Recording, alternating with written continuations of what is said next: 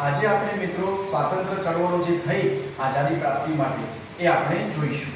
જે અંતર્ગત મિત્રો આપણે આજે પહેલા માનગઢ હત્યાકાંડ જોઈએ। માનગઢ હત્યાકાંડ ક્યારે થયો હતો? માનગઢ હત્યાકાંડ મિત્રો 17 નવેમ્બર 1919 ના રોજ થયો હતો। માનગઢ હત્યાકાંડ 17 નવેમ્બર 1913 ના અંદર થયો હતો। માનગઢ ડુંગર ઉપર આ હત્યાકાંડ થયો હતો, જેના અંદર 1200 જેવા આદિવાસીની હત્યા થઈ હતી। આ જે માનગઢ હત્યાકાંડ થયો મિત્રો એ આદિવાસી અને દેશી રજવાડા અને અંગ્રેજો વચ્ચે થયો હતો। અંગ્રેજો અને દેશી રજવાડાઓ ભેગા મળી અને આ 1200 જેવા આદિવાસીઓની હત્યા થઈ હતી। આ માનગઢ ડુંગર મિત્રો ક્યાં આવેલો છે? ગુજરાત અને રાજસ્થાન બોર્ડરની સરહદે આ માનગઢ ડુંગર આવેલો છે, ત્યાં આગળ મિત્રો આ હત્યાકાંડ થયો હતો। આ જે માનગઢ હત્યાકાંડ થયો, જે અંતર્ગત મિત્રો આના નેતૃત્વ કોણે કર્યું હતું?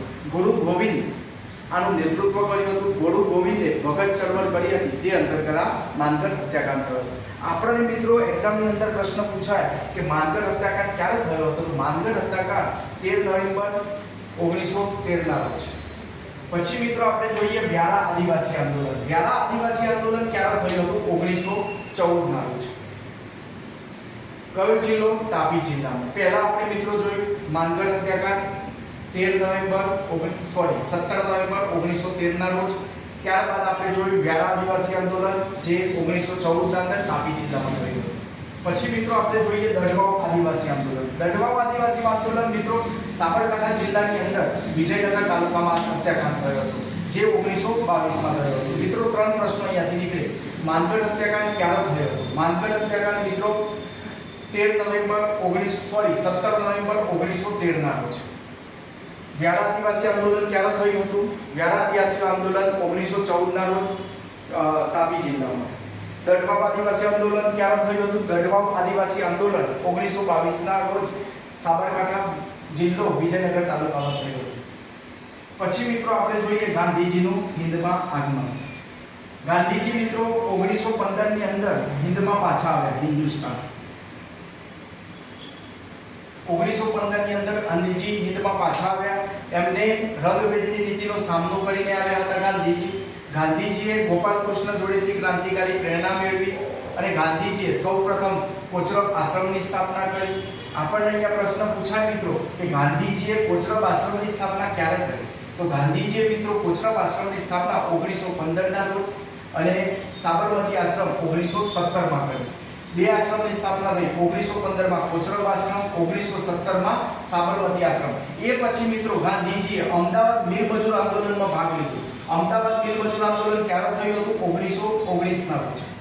પછી મિત્રો ગાંધીજીનો પ્રથમ સત્યાગ્રહ ચંપારણ સત્યાગ્રહ થયો, એના અંદર પણ ગાંધીજીએ સારો એવો ફાળો આપ્યો હતો। 4 પ્રશ્નો અહીંયા મિત્રો નીકળે આપણને કે માનગઢ હત્યાકાંડ ક્યારે થયો હતો? 17 નવેમ્બર 1913 ના રોજ।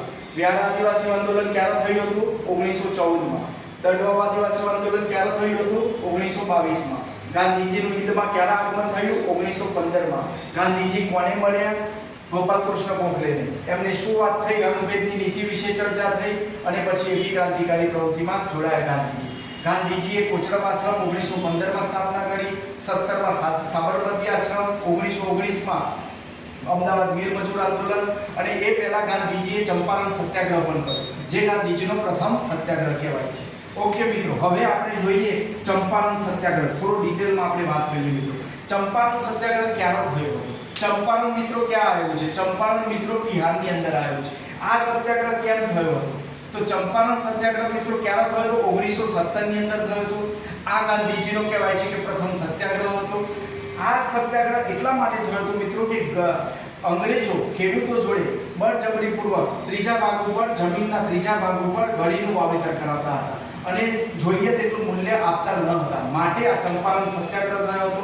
ગાંધીજી ત્યાં ગયા હતા અને મહદઅંશે થોડો સફળ થયો હતો। તો આપણને મિત્રો અહીંયા પ્રશ્ન પૂછાય કે ચંપારણ સત્યાગ્રહ ક્યારે થયો હતો? ચંપારણ સત્યાગ્રહ મિત્રો 1917 માં થયો હતો। ચંપારણ ક્યાં આવેલું છે? ચંપારણ બિહારમાં આવેલું છે। ચંપારણ સત્યાગ્રહ શા માટે થયો હતો? ઘડીનો બળજબરીપૂર્વક ઉત્પાદન કરવામાં આવતું હતું જમીનના ત્રીજા ભાગ ઉપર, એ માટે થયો હતો। અને આને ચંપારણ સત્યાગ્રહમાં ત્રીજા ભાગ ઉપર જે ઘડીનું ઉત્પાદન કરવામાં આવતું એને શું કહેવાય છે? 3 કાઠિયા પદ્ધતિ। શું કહેવામાં આવતું હતું મિત્રો? 3 કાઠિયા 3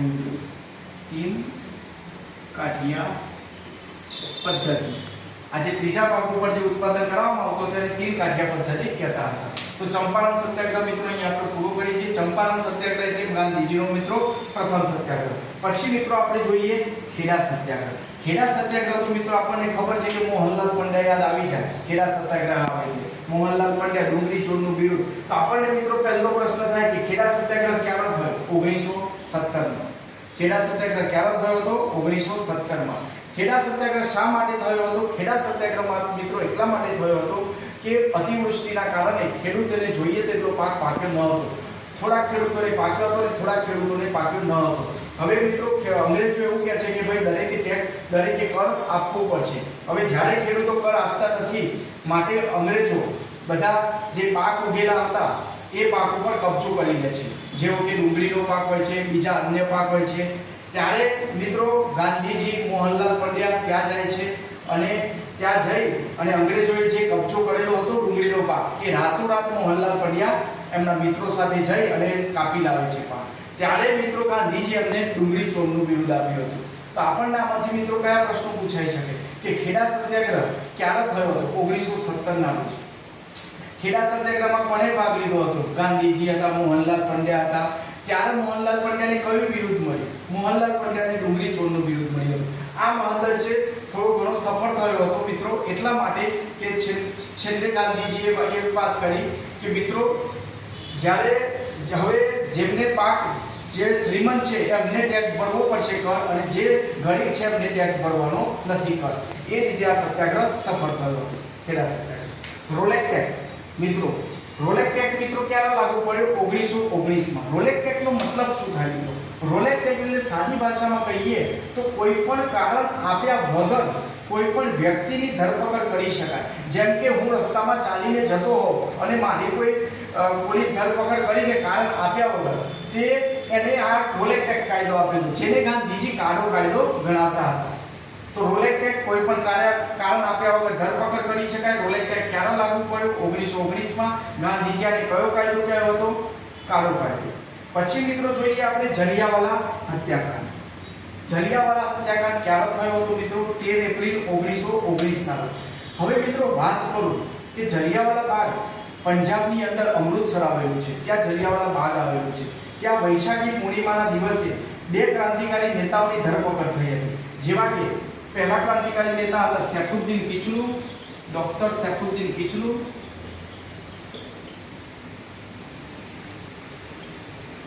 ડોક્ટર સૈફુદ્દીન કિચલુ અને ડોક્ટર સત્યપાલ મલિક।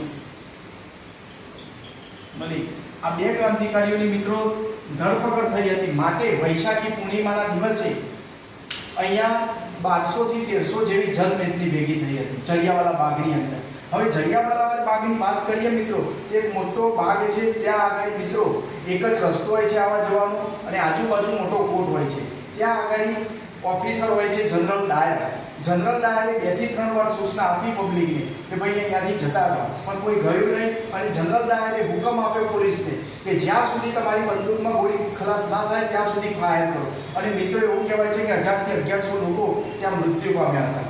પણ આપણા પુસ્તકોની અંદર મિત્રો 370 કે 360 જ લખેલા છે પરંતુ મિત્રો ઓરિજિનલ આંકડો 1000 થી 1200 નો હોઈ શકે। તો આ જલિયાવાલા બાગ હતો મિત્રો। જલિયાવાલા બાગમાંથી આપણને કેવા પ્રશ્નો પૂછાય? જલિયાવાલા બાગ મિત્રો ક્યાં થયો હતો? તો પંજાબના અમૃતસરમાં જલિયાવાલા બાગ આવેલો છે। ત્યાં આગળ જલિયાવાલા હત્યાકાંડ થયો હતો। ક્યારે થયો હતો? 13 એપ્રિલ 1919 ના રોજ। ત્યાં બધી જનમેદની શા માટે ભેગી થઈ હતી? જનમેદની મિત્રો એટલા માટે ભેગી થઈ હતી કે બે ક્રાંતિકારી નેતાઓની ધરપકડ થઈ હતી, એમને મુક્ત કરાવવા માટે આંદોલન થયું હતું। એ દિવસે કયો વાર હતો? એ દિવસે મિત્રો વૈશાખી પૂર્ણિમાનો દિવસ હતો। આ જલિયાવાલા હત્યાકાંડ થયો ત્યારે ગાંધીજીએ જે એમને કેસર-એ-હિંદનો જે અંગ્રેજોએ આપ્યો હતો એ પુરસ્કાર એમને પાછો આપી ત્યજી દીધો અને રવિન્દ્રનાથ ટાગોરે નારીપુરની પદવી ત્યજી દીધી। ઓકે મિત્રો, હવે આપણે જોઈએ અસહકારનું આંદોલન જે 1920 માં થયું હતું। અસહકારનું આંદોલનના મિત્રો બે પાસા હતા। આપણને આમાંથી પ્રશ્ન કેવા પૂછાય? અસહકારનું આંદોલન ક્યારે થયું? 1920 માં। એના કેટલા પાસા હતા? બે પાસા હતા, ખંડનાત્મક પાસું, રચનાત્મક પાસું। અસહકારનું આંદોલન કેમ બંધ થયું? એ બી આપણને પૂછાય તો આપણે ચર્ચા કરીએ મિત્રો કે અસહકારનું આંદોલન ક્યારે થયું. મિત્રો આપણે વાત કરીએ કે અસહકારનું આંદોલન ખંડનાત્મક પાસાની વાત કરીએ તો અસહકારના આંદોલનની અંદર મિત્રો ખંડનાત્મક પાસાની અંદર મિત્રો વિદ્યાર્થીઓ શાળાએ જવાનું બંધ કરી દે છે, કોલેજના વિદ્યાર્થીઓ કોલેજ જવાનું બંધ કરી દે છે, અદાલતોમાં જવાનું બંધ કરી દે છે. વકીલો જેવા કે રાજેન્દ્ર પ્રસાદ, સરદાર વલ્લભભાઈ, વિઠ્ઠલભાઈ પટેલ, ચિત્તરંજન દાસ આ બધા વકીલાત છોડી દે છે. સ્થાનિક સ્વરાજ્યની સંસ્થાઓમાંથી નોકરી છોડી દે છે, જે સરકારી નોકરી તે બધા છોડી દે છે. આ ખંડનાત્મક પાસું થયું મિત્રો. રચનાત્મક પાસાની અંદર મિત્રો કેવી બાબતોનો સમાવેશ થાય છે કે રેડિયો ચલાવવો, ખાદી ઉત્પાદન કરવું, દારૂબંધી, અસ્પૃશ્યતા નિવારણ, આ રચનાત્મક પાસું. મિત્રો હવે બાળકોએ ભણવાનું છોડી દીધું એ સમયે હવે બાળકો કોલેજમાં નહીં પણ ક્યાં ભણશે માટે એ સમયે ગુજરાત વિદ્યાપીઠની સ્થાપના થઈ, બિહાર વિદ્યાપીઠની સ્થાપના થઈ, બનારસ વિદ્યાપીઠની સ્થાપના થઈ, જામિયા મલિયા વિદ્યાપીઠની સ્થાપના થઈ મિત્રો એ સમયે. હવે મિત્રો અસહકારનું આંદોલન બંધ કેમ થયું તો મિત્રો થયું એવું કે ઉત્તર પ્રદેશના અંદર 1922માં ઉત્તર પ્રદેશના ગોરખપુર જિલ્લામાં ચોરી ચોરા નામે ગામ આવેલું છે. ત્યાં આગળ એક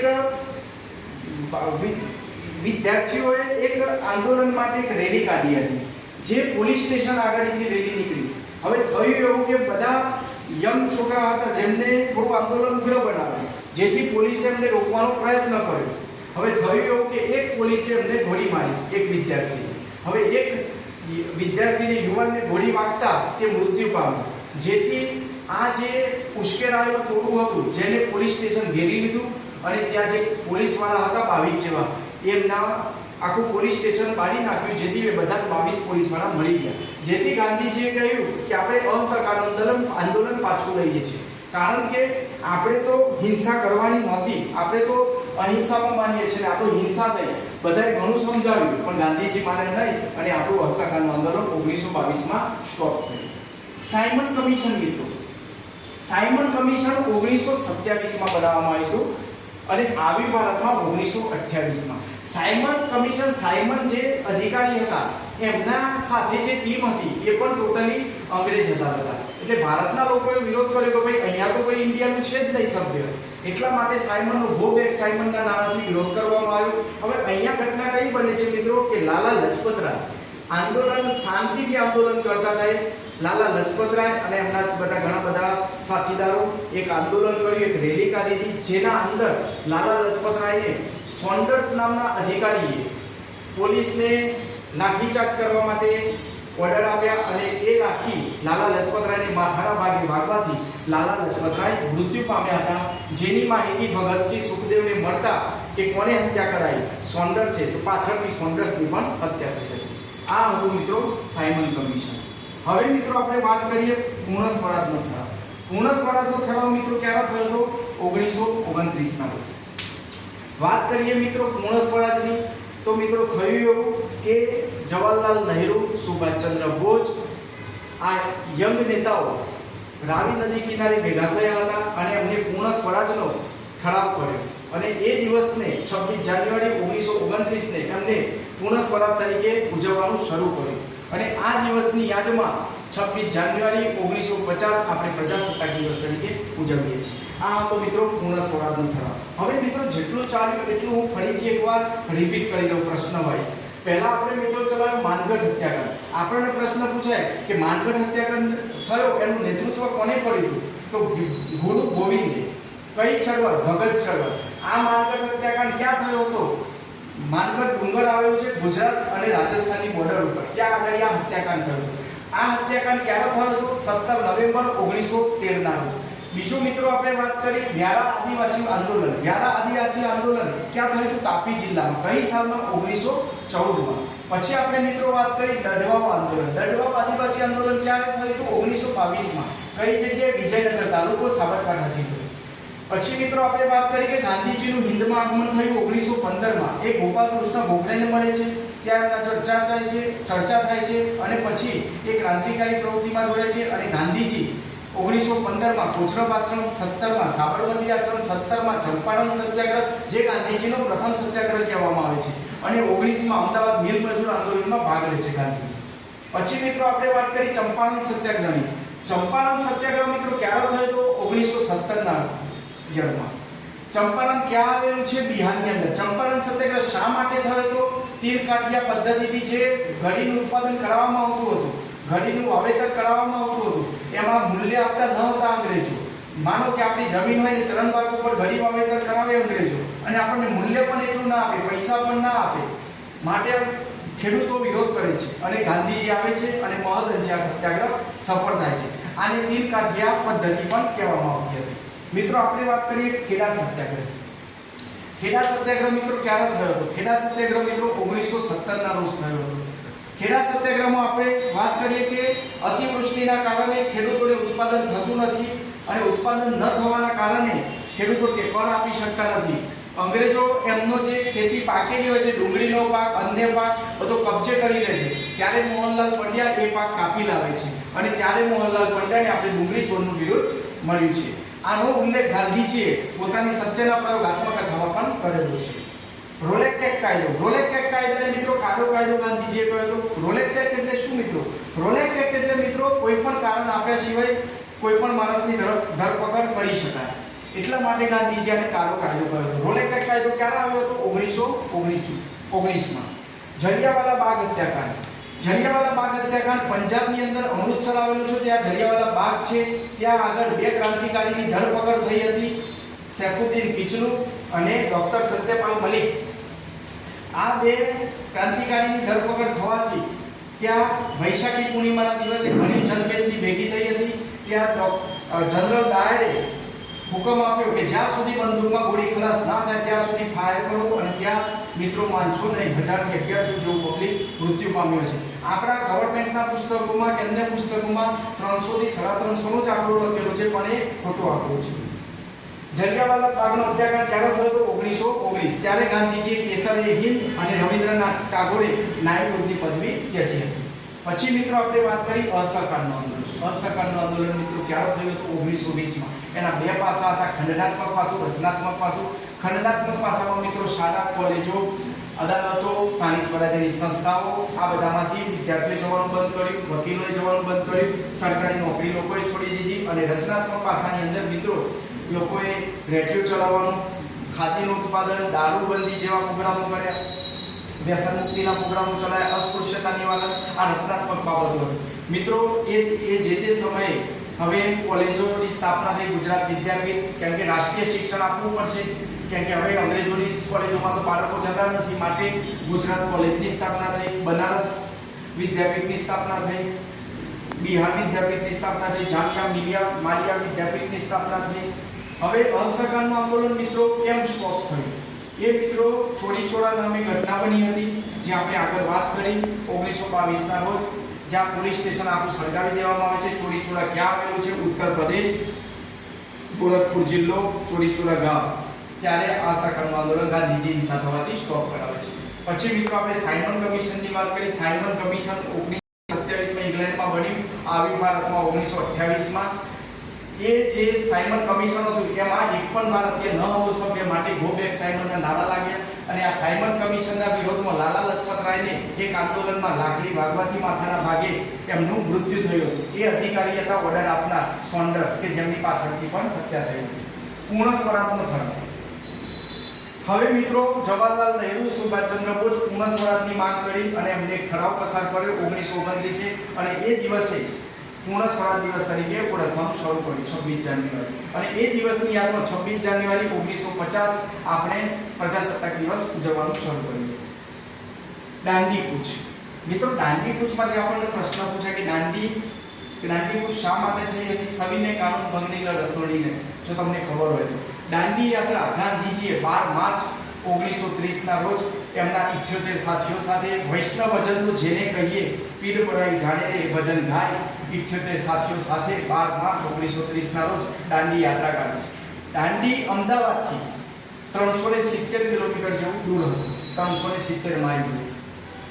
હવે દાંડી યાત્રા મિત્રો કાઢી, હવે આ પહોંચ્યા ક્યારે? 5 એપ્રિલ 1930 ના રોજ પહોંચ્યા, અને 6 એપ્રિલ 1930 ના રોજ એમને નમન આ મીઠાના કાયદાનો ભંગ કર્યો. હવે મિત્રો સવિનય કાનૂન ભંગની લડતના અંદર એક તો મીઠાના કોઈ પણ કર ભરવાનો નથી, ભારતમાં જાહેર કરવામાં આવ્યું કે કોઈ પણ કર પર મહેસૂલ કર ભરવાનો નથી, વિદેશી કાપડનો બહિષ્કાર કરવાનો છે. આ બધું દાંડી યાત્રા સવિનય કાનૂન ભંગની લડતમાં નિર્ણય લેવામાં આવ્યો, જેથી અંગ્રેજોને નુકસાન થયું, જેથી ગાંધીજી અને ઇરવિન વચ્ચે કરાર થયો, જેને ગાંધી ઇરવિન કરાર કહે છે. જે અંતર્ગત એવું નક્કી કરવામાં આવ્યું કે મીઠા ઉપર હવે કોઈ કર લેવામાં આવશે નહીં, મીઠું ઉત્પાદન કરી શકાશે. બીજું કે તમારા જે બી ક્રાંતિકારી જેલમાં પૂરે છે એમને સ્વતંત્ર કરવા, એ ગાંધી ઇરવિન કરારમાં નિર્ણય લેવામાં આવ્યો. પછી મિત્રો આપણે વાત કરી હિન્દ છોડો આંદોલન. હિન્દ છોડો આંદોલન મિત્રો ઠરાવ પસાર કરવામાં આવ્યો 8 ઓગસ્ટ 1942 ના રોજ કે મિત્રો કોંગ્રેસ અધિવેશનમાં કે હવે અંગ્રેજો ભારત છોડીને ચાલ્યા જાવ એવો ઠરાવ પસાર કરે છે. અને 9 ઓગસ્ટે 1945 માં જવાહરલાલ નહેરુ, ગાંધીજી આમની ધરપકડ પર કરવામાં આવે છે. હિન્દ છોડો આંદોલનની અંદર મિત્રો અંગ્રેજોને પણ એવું લાગ્યું કે હવે આપણે અહીંયા બહુ લાંબો સમય હવે રહી શકશું નહીં. આ હતી વાત મિત્રો હિન્દ છોડો આંદોલન. હવે મિત્રો આપણે વાત કરીએ સુભાષચંદ્ર બોઝ. સુભાષચંદ્ર બોઝનો જન્મ મિત્રો 1857 ના રોજ થયો હતો. સુભાષચંદ્ર બોઝનો જન્મ ઓડિશાના કટક શહેરમાં થયો હતો. સુભાષચંદ્ર બોઝની આપણે વાત કરીએ મિત્રો તો એ જમાનામાં એમને યુપીએસસી ની પરીક્ષા પાસ કરી. યુપીએસસી એટલે એ જમાનામાં આઈસીએસ કહેવામાં આવતું હતું મિત્રો. યુપીએસસી ની પરીક્ષા પાસ કર્યા પછી મિત્રો એમને નોકરી પણ નથી લીધી. કલેક્ટર જેવું પદ હોય તો પણ મિત્રો એમને ત્યજી દીધું અને એમને ક્રાંતિકારી પ્રવૃત્તિમાં જોડાયા. તો સુભાષચંદ્ર બોઝની વાત કરીએ મિત્રો તો સુભાષચંદ્ર બોઝનો પહેલો પ્રશ્ન આપણને પૂછાય કે એમને જન્મ ક્યારે થયો હતો? 1857 ના રોજ કટક ઓડિશા રાજ્ય અને કટક શહેરમાં. કઈ સાલમાં? 1857 માં. બીજો પ્રશ્ન પૂછાય કે એમને કઈ પરીક્ષા પાસ કરી? તો આઈસીએસ એટલે યુપીએસસી આજની કલેક્ટર જેવી નોકરી મળતી હતી તેમ છતાં તેમને ના લીધી અને ક્રાંતિકારી પ્રવૃત્તિમાં જોડાયા. એમને કોંગ્રેસમાં 2 વાર અધ્યક્ષ રહી ચૂક્યા હતા સુભાષચંદ્ર બોઝ. એક તો 1938 માં હરિપુરા સુરત અને 1939 માં પરંતુ મિત્રો ત્રિપુરામાં. પરંતુ મિત્રો એમને કોંગ્રેસ જોડના નેતાઓ જોડે થોડા મતભેદ થતા એમને ફોરવર્ડ બ્લોક નામે રાજકીય પક્ષની સ્થાપના કરી. અને મિત્રો એમને 2 સૂત્ર આપ્યા હતા, ચલો દિલ્હી. બીજું સૂત્ર આપ્યું હતું તુમ મુझे खून दो मैं तुम्हें आजादी दूंगा. આવા 2 સૂત્રો આપ્યા હતા. પછી મિત્રો થાય છે એવું કે સુભાષચંદ્ર બોઝનું ક્રાંતિકારી આંદોલનના કારણે એમની ધરપકડ થાય છે. ધરપકડ થવાના કારણે જેલમાં એ ઉપવાસ કરે છે, આમરણ ઉપવાસ. જેલમાં બરાબર ભોજન અપાતું ન હતું કેદીઓને, માટે આમરણ ઉપવાસ કરે છે. જે અંતર્ગત સુભાષચંદ્ર બોઝની ને નજરકેદ રાખવામાં આવે છે એમના ઘેર. હવે સુભાષચંદ્ર બોઝ નજરકેદ રાખ્યા હોય છે તેમ છતાં એ અફઘાનિસ્તાન જાય છે, અફઘાનિસ્તાનથી જાપાન જાય છે, જાપાનથી જર્મની, એમ જર્મનીના અંદર સુભાષચંદ્ર બોઝ હિટલરને પણ મળેલો છે. એક વિમાન દુર્ઘટનામાં સુભાષચંદ્ર બોઝનું મૃત્યુ થયું હતું એમ કહેવામાં આવે છે. છેલ્લો ટોપિક મિત્રો આપણે વાત કરીએ સ્વાતંત્ર્ય પ્રાપ્તિ પર તરફ થયા. સ્વાતંત્ર્ય પ્રાપ્તિ પર ક્યારે થઈ મિત્રો? તો સ્વતંત્ર પ્રાપ્તિની વાત કરીએ મિત્રો તો સ્વતંત્ર ભારત કેવી રીતે થાય છે? તો મિત્રો એવું થાય છે છેલ્લી ચળવળ કે 1945 ના રોજ ક્રિપ્સ મિશન મોકલવામાં આવ્યું, જે અંતર્ગત આપણે બંધારણ સભાની માંગણી કરી પણ આપણને બંધારણ સભાની મંજૂરી ના મળી. 1946 ના રોજ કેબિનેટ મિશન આવ્યું, જે અંતર્ગત આપણને બંધારણ સભા બનવાની મંજૂરી મળી. હવે અંગ્રેજોને એવું લાગી ગયું હતું કેમ કે એમની નૌસેનાએ પણ એમનો વિદ્રોહ કર્યો હતો કે હવે આપણે થોડા સમયમાં આપણે ચાલી જવું પડશે. હવે ત્યાં વડાપ્રધાન હોય છે ઇંગ્લેન્ડના એટલીએ જાહેર કર્યું ફેબ્રુઆરી 1947 માં કે અમે ભારત છોડીને 1948 સુધી જતા રહીશું. અહીંયા મુસ્લિમ લીગે અલગ દેશની માંગણી કરી અને મુસ્લિમ દેશે અલગ દેશની માંગણી કરતા માઉન્ટ બેટન યોજના પ્રમાણે હિન્દ સ્વતંત્ર ધારો પસાર કરાયો અને એ અંતર્ગત ભારત અને પાકિસ્તાન એમ 2 દેશ બની ગયા. જય હિન્દ.